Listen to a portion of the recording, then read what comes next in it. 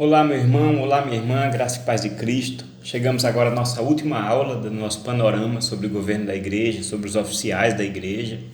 Não é? Chegamos nesse momento que vamos falar sobre o ofício dos diáconos. Nós já tratamos sobre o presbítero no domingo passado. Se você ainda não viu, corre lá, vê primeiro aquele vídeo, vê os outros também, se você ainda não teve a oportunidade de ver nenhum.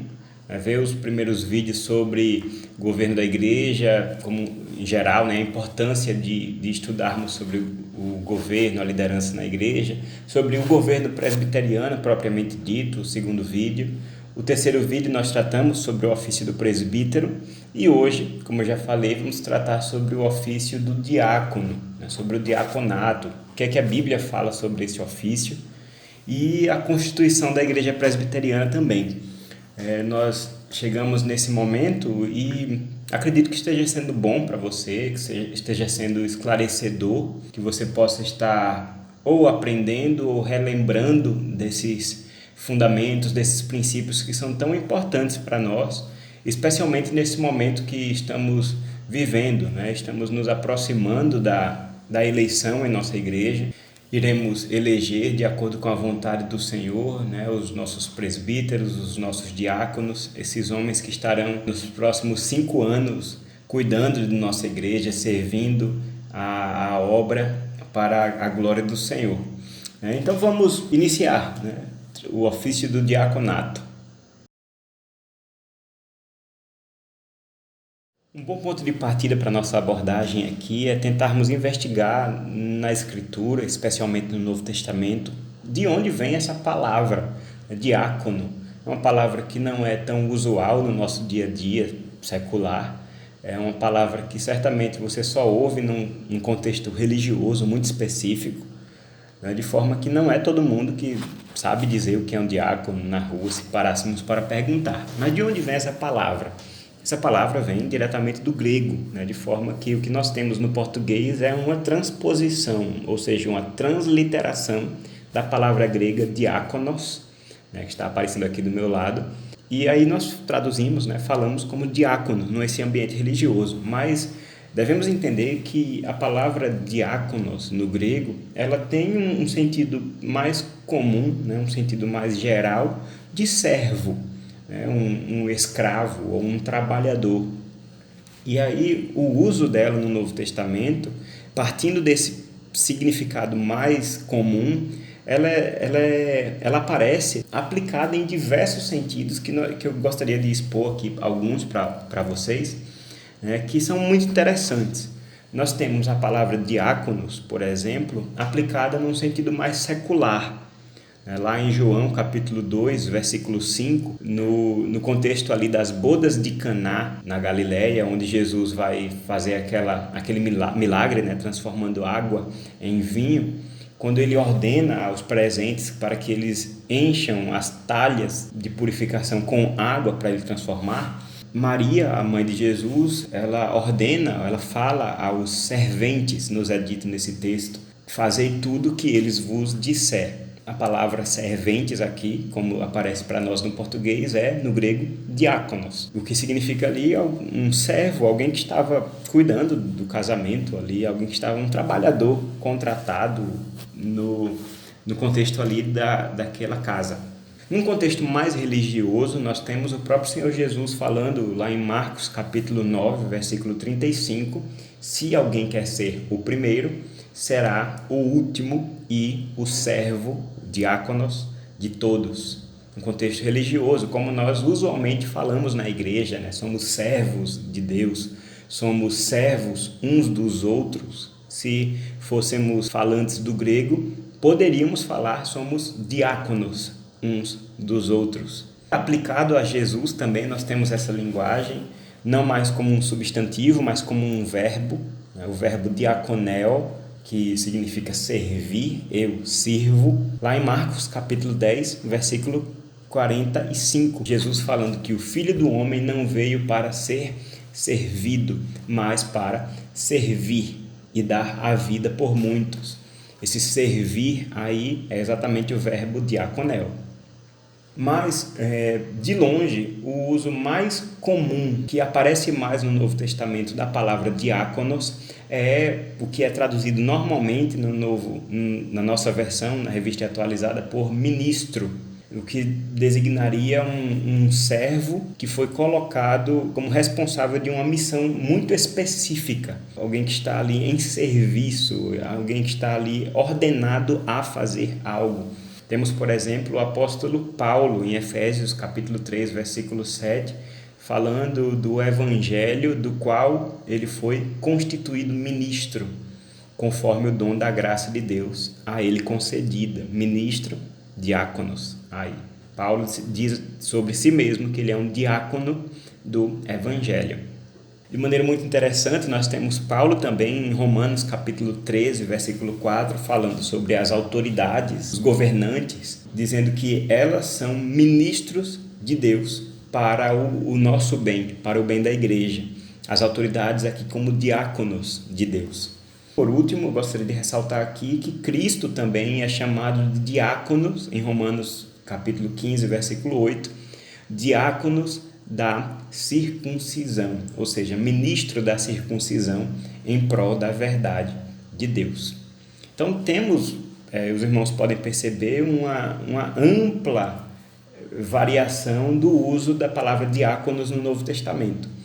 Todas elas significam no seu cerne ali um servo, um tipo de serviço, mas percebam aqui que ela é usada para falar de muitos sentidos, tanto do servo no sentido secular, alguém que estava trabalhando num casamento, que trabalha para alguém, para um patrão, como também no sentido mais religioso, no sentido de que nós somos servos uns dos outros, Cristo ele veio para servir e por aí vai. Mas apesar, irmãos, de todo esse uso amplo no Novo Testamento, também existem alguns textos que dão a entender, e essa é a nossa conclusão, a interpretação que nós adotamos, dão a entender que a palavra diáconos também foi aplicada no contexto ali do primeiro século, nas primeiras igrejas cristãs, logo muito cedo, não mais para designar servos de maneira geral, genérica, mas também falar sobre um tipo muito específico de cristão, um tipo de ofício que surgiu no meio da igreja. Algo muito semelhante que aconteceu com a palavra presbíteros. Nós já vimos, nas semanas passadas, que presbíteros, do grego, significa ancião, um idoso, um homem mais avançado em idade, lançando luz aqui no sentido de que ele é maduro, ele é sábio, ele é experimentado. Mas nós devemos concordar que quando Paulo, por exemplo, ele chama os presbíteros da igreja de Éfeso, lá em Atos capítulo 19, ou então quando ele está falando para Timóteo e diz como os presbíteros devem ser, e eles devem ser aptos a ensinar, nós concordamos que Paulo não está falando dos irmãos idosos da igreja, ele está falando de um tipo específico de oficiais que são levantados no meio da igreja.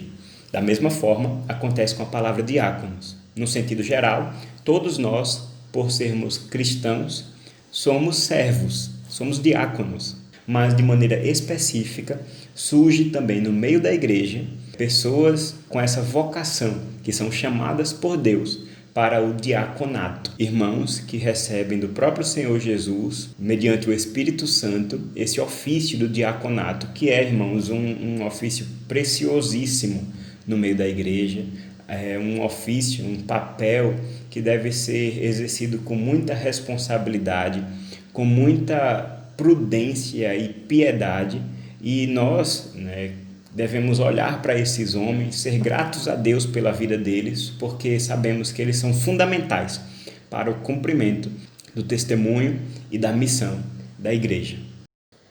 Com base, irmãos, no testemunho bíblico muito claro da existência desses homens, dos diáconos, na igreja do primeiro século, é que a igreja cristã, ao longo da história, continuou com essa tradição de instituir no seu meio esses oficiais, esses homens que iriam cuidar do serviço da igreja.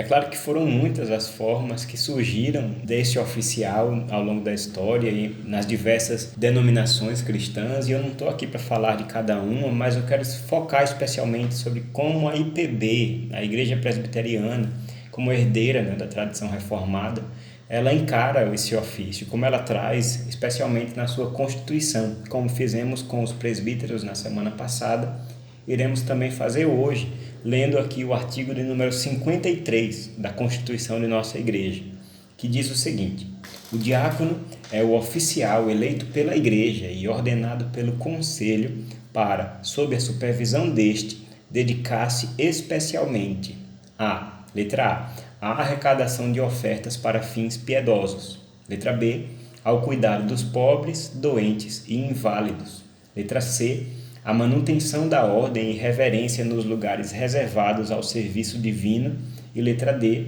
exercer a fiscalização para que haja boa ordem na casa de Deus e em suas dependências. Nós vemos aqui o artigo 53 e percebemos que ele opta por trazer uma definição com base nas funções do diácono. Então vamos por partes aqui. Primeiro, olhando para o cabeçalho desse artigo, que nos diz que o diácono ele é um oficial eleito pela igreja. Então, da mesma forma que os presbíteros são eleitos pela igreja, os diáconos também são.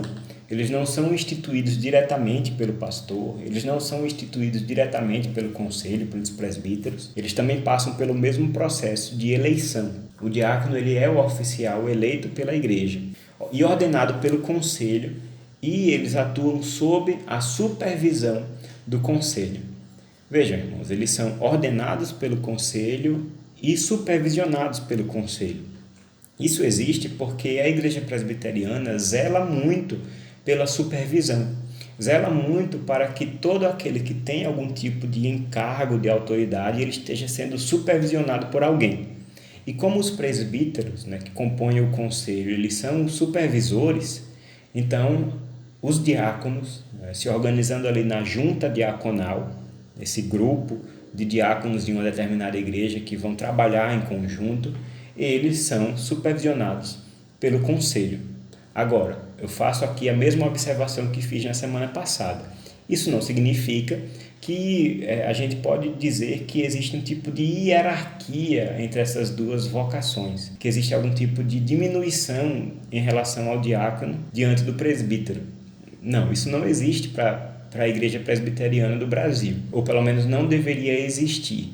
Se um diácono ele decide ser presbítero, ele entende no coração, é testemunhado pela igreja que o irmão tem os dons do presbiterato, nós não devemos tratar como se tivesse havido uma promoção, um acréscimo na vocação desse irmão. Não, na verdade ele pulou de uma vocação para outra. Ele deixou de ser diácono e passou a ser presbítero.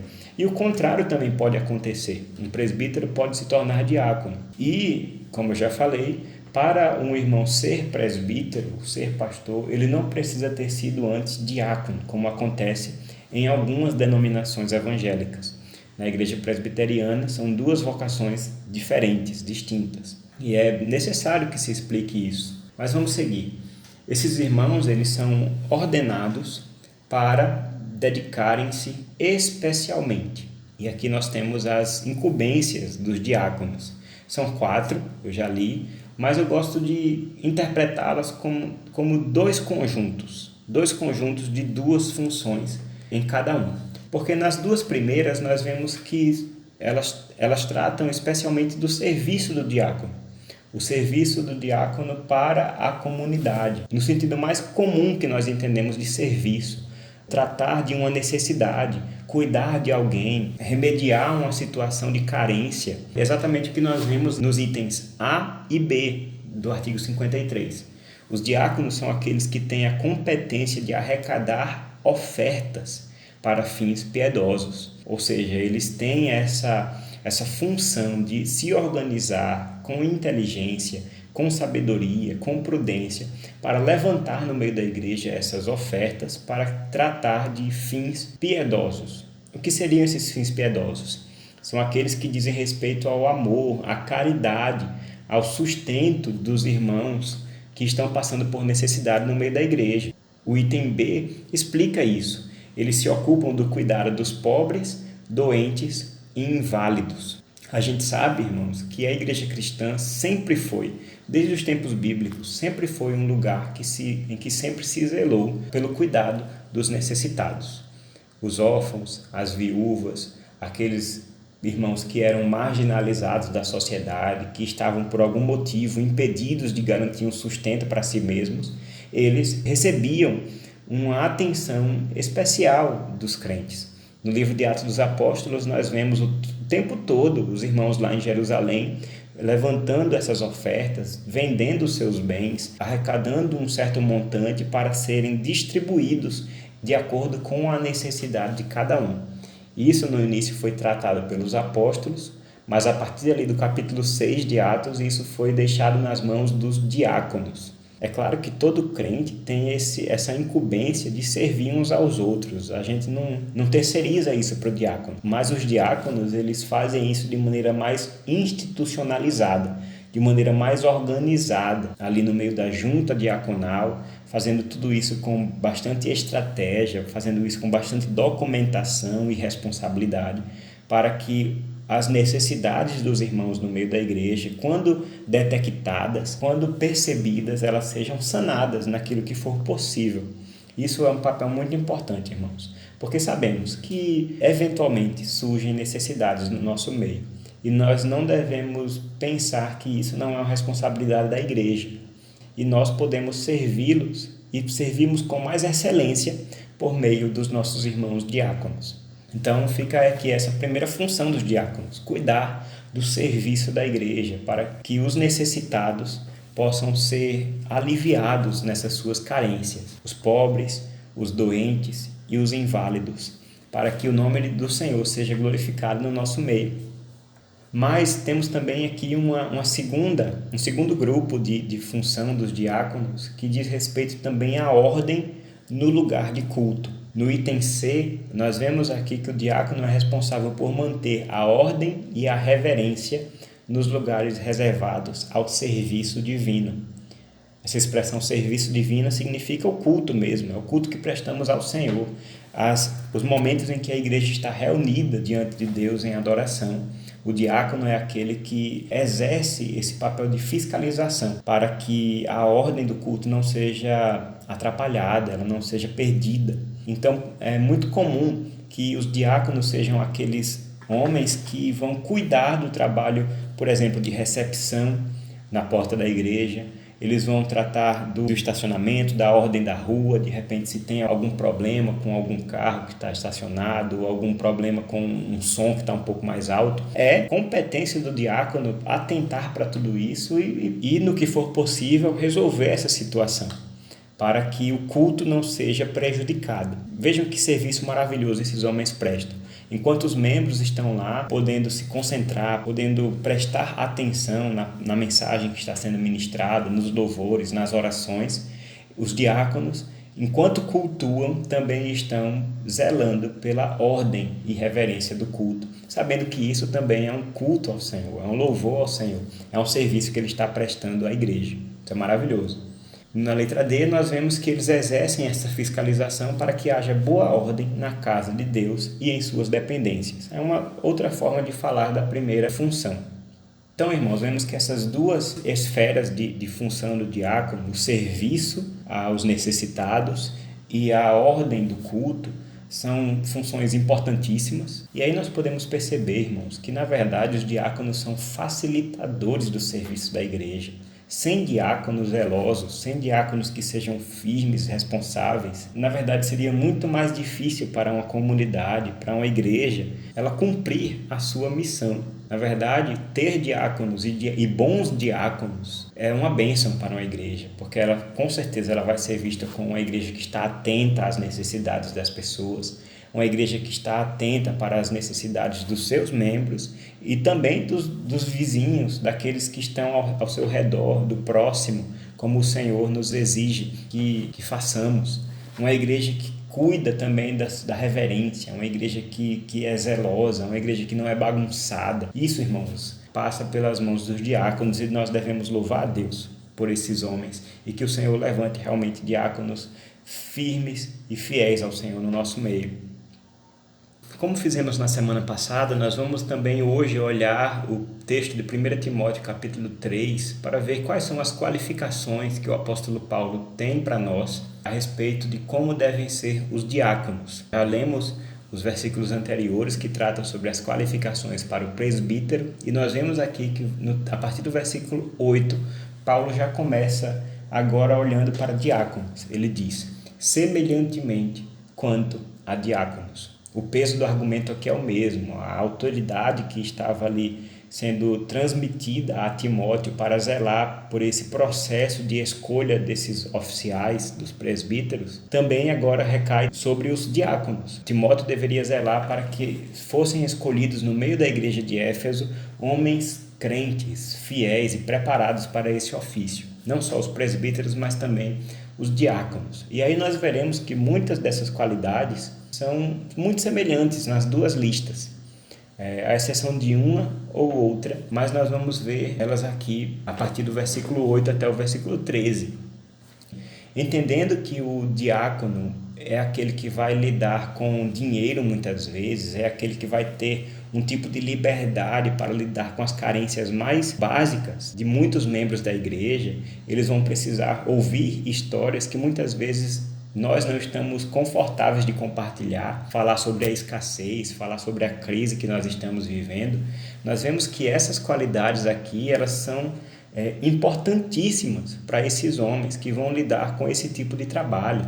Por exemplo, nós vemos no versículo 8 que esses homens devem ser respeitáveis. No versículo 10, eles devem ser experimentados e irrepreensíveis. É de se esperar que alguém que vai lidar com o dinheiro das pessoas, que vai ouvir esse tipo de história, vai entrar na nossa casa, vai cuidar de nós, muitas vezes quando nós não podemos cuidar de nós mesmos, eles sejam, sim, pessoas maduras na fé, sejam pessoas que tenham um respeito não só nosso, mas também dos demais, dos vizinhos, das pessoas de dentro e de fora da igreja. Eles são experimentados e são irrepreensíveis. Eles devem ser dignos de confiança. Nós vemos aqui que no versículo 8 que eles devem ser de uma só palavra, ou seja, eles não devem ser incoerentes, eles não devem ser contraditórios no seu falar, eles não podem ter duas conversas como nós falamos. Pelo contrário, eles devem falar a mesma coisa na sua frente e também pelas suas costas. Muitas vezes nós percebemos o quanto é comum esse pecado no meio da igreja, a fofoca, a maledicência. E o diácono, por ser aquele que vai tratar de maneira muito sensível conosco, ele deve ser de uma só palavra. O versículo 8 continua dizendo que eles não devem ser inclinados a muito vinho. Da mesma forma que os presbíteros, da mesma forma os diáconos aqui também não devem ser entregues, eles não devem ser viciados na bebida alcoólica ou em qualquer outra coisa que possa tirar o domínio que o Espírito Santo tem sobre a nossa vida. Qualquer coisa que possa atrapalhar a sabedoria, o zelo, a prudência, deve ser tratada com cuidado. Eles não devem ser inclinados a muito vinho. Também, eles não devem ser cobiçosos de sórdida ganância. Aqui está muito claro o sentido desse princípio. Os diáconos, eles não podem ser de maneira nenhuma gananciosos. Eles não podem amar demais o dinheiro. Imagina um diácono, alguém que está ali gerindo uma oferta específica para cuidar das necessidades dos irmãos. Imagina esse homem sendo tentado a pegar esse dinheiro para si mesmo, a desviar, no cuidado dos dízimos e das ofertas, ele acabar furtando para si mesmo. Irmãos, devemos ser muito zelosos quanto a isso. Os diáconos não podem ser gananciosos. Pelo contrário, antes de serem amantes do dinheiro, os diáconos devem ser aqueles que dão o exemplo do serviço. Diante da necessidade de um irmão, ele é o primeiro a colocar a mão no bolso, ofertar na vida desse irmão que está passando por necessidade. É esse que deve ser um diácono. Ele não deve ser cobiçoso de sorte da ganância, de maneira nenhuma. No versículo 12 nos diz que ele é marido de uma só mulher, que governa bem os seus filhos e sua própria casa, igualmente ao que é exigido dos presbíteros. Os presbíteros, eles governam a igreja, mas em primeiro lugar, eles devem governar a sua própria casa.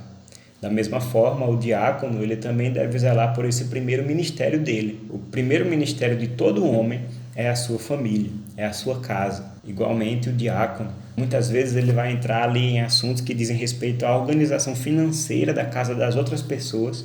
Ele também deve estar com a sua casa em ordem, para que as pessoas possam testemunhar dos dons que Deus deu a esse irmão, para que assim ele possa ser encarregado, ordenado para servir a igreja.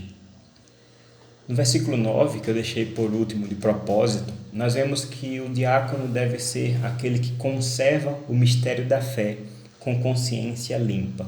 Mas o que é esse mistério da fé? Nós devemos entender, irmãos, que normalmente quando mistério aparece no Novo Testamento, sobretudo escrito pelo apóstolo Paulo, significa o Evangelho. Deve ser entendido como um mistério que foi revelado, como algo que era escondido, mas que foi esclarecido. Exatamente o Evangelho de Cristo Jesus.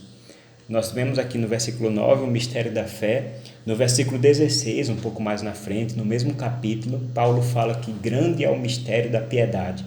E aí ele traz aquele cântico, aquele poema que fala exatamente sobre Jesus Cristo sendo encarnado, vindo a esse mundo, sofrendo, sendo morto, crido no mundo e recebido na glória. Nós vemos que Cristo é esse mistério da fé. E o que é que o apóstolo Paulo quer dizer finalmente, dizendo que o diácono deve conservar o mistério da fé com consciência limpa? Acima de tudo, irmãos, que o diácono deve ser um crente em Cristo. Ele deve ser alguém que está apaixonado pelo Evangelho, alguém que está comprometido com a palavra do Senhor Jesus e com o Evangelho da salvação em Cristo. Nós poderíamos, irmãos, pensar aqui num diácono, pensar em alguém que está envolvido, né, exercendo a sua vocação, pensar no contexto, de repente, de uma igreja grande, uma igreja organizada, uma junta diaconal que é bem articulada com a comunidade, bem articulada com os bairros que estão ao seu redor, de repente com um trabalho social. A gente pode imaginar aqui uma junta diaconal que é bem articulada com os políticos de uma cidade. Quais são as características que a gente poderia exigir desses diáconos? A gente poderia exigir que eles sejam bons em comunicação, que eles sejam bem articulados com os políticos locais. A gente poderia exigir muitas coisas. Mas olha o que o apóstolo Paulo foca aqui, que eles conservem firme o mistério da fé, que eles guardem o Evangelho, que eles amem o Evangelho, que eles conservem esse mistério não com consciência pesada, não com a consciência arranhada, mas de consciência limpa. Eles não estão sendo forçados a nada, pelo contrário, eles guardam o Evangelho, eles conhecem a palavra de Deus. Não é porque eles vão cuidar apenas de ofertas de dinheiro, de necessidades, ou até da ordem, a manutenção da reverência no culto, que eles não precisam conhecer doutrina. Pelo contrário, eles conservam o mistério da fé. Eles conhecem a doutrina dos apóstolos, eles conhecem teologia. E é isso que nós devemos também exigir dos nossos diáconos, e aqueles que desejam ser diáconos, eles devem almejar isso aqui, almejar esse ideal, amar de fato o Evangelho, com consciência limpa, com a consciência tranquila diante do Senhor. É essa, irmãos, a lista aqui que foi trazida pelo apóstolo Paulo, inspirado pelo Espírito Santo, e da mesma maneira que ele iniciou lá no início do capítulo 3, louvando o ofício do presbiterato, né? Se alguém almeja o episcopado, grande obra almeja. Agora no versículo 13, ele incentiva aqueles que querem ser diáconos. Ele diz: pois os que desempenharem bem o diaconato alcançam para si mesmos justa preeminência e muita intrepidez na fé em Cristo Jesus. Louvado seja Deus por isso, irmãos. Os exemplos na palavra são desafiadores. Um diácono digno de nota, que está escrito lá em Atos dos Apóstolos, nós vemos ali logo depois do capítulo 6, eleito Estevão, aquele homem que pôde ali pregar a palavra de Cristo, ser de fato uma testemunha do Senhor, e se tornou ali um mártir do Evangelho, dando início a uma perseguição que na verdade foi usada por Deus para espalhar o Evangelho por toda aquela região.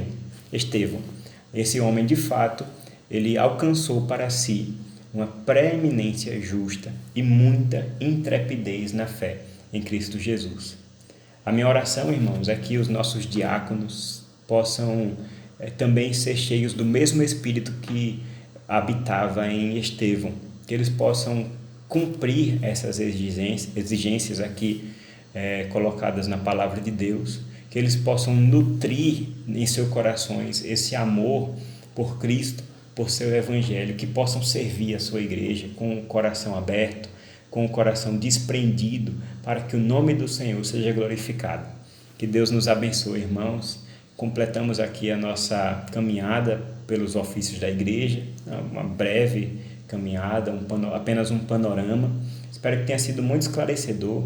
E o meu desafio é que vocês estejam sempre em espírito de oração, pedindo ao Senhor que Ele mesmo que gere todas essas virtudes que foram colocadas aqui, não só nos presbíteros, não só nos diáconos, não só naqueles que estão se candidatando para exercerem esses papéis, mas em todos os nossos irmãos, em todos os membros da igreja, dos mais velhos aos mais jovens, para que o nome do Senhor seja glorificado, que a nossa igreja cresça fiel ao Evangelho e que muitos, e eu creio nisso, muitos serão alcançados por essa palavra maravilhosa. Cristo salva e Ele serve ao seu povo, inclusive levantando no meio dele presbíteros e diáconos, para que a igreja possa crescer saudável e bonita para a glória do Senhor. Que Deus te abençoe, meu irmão.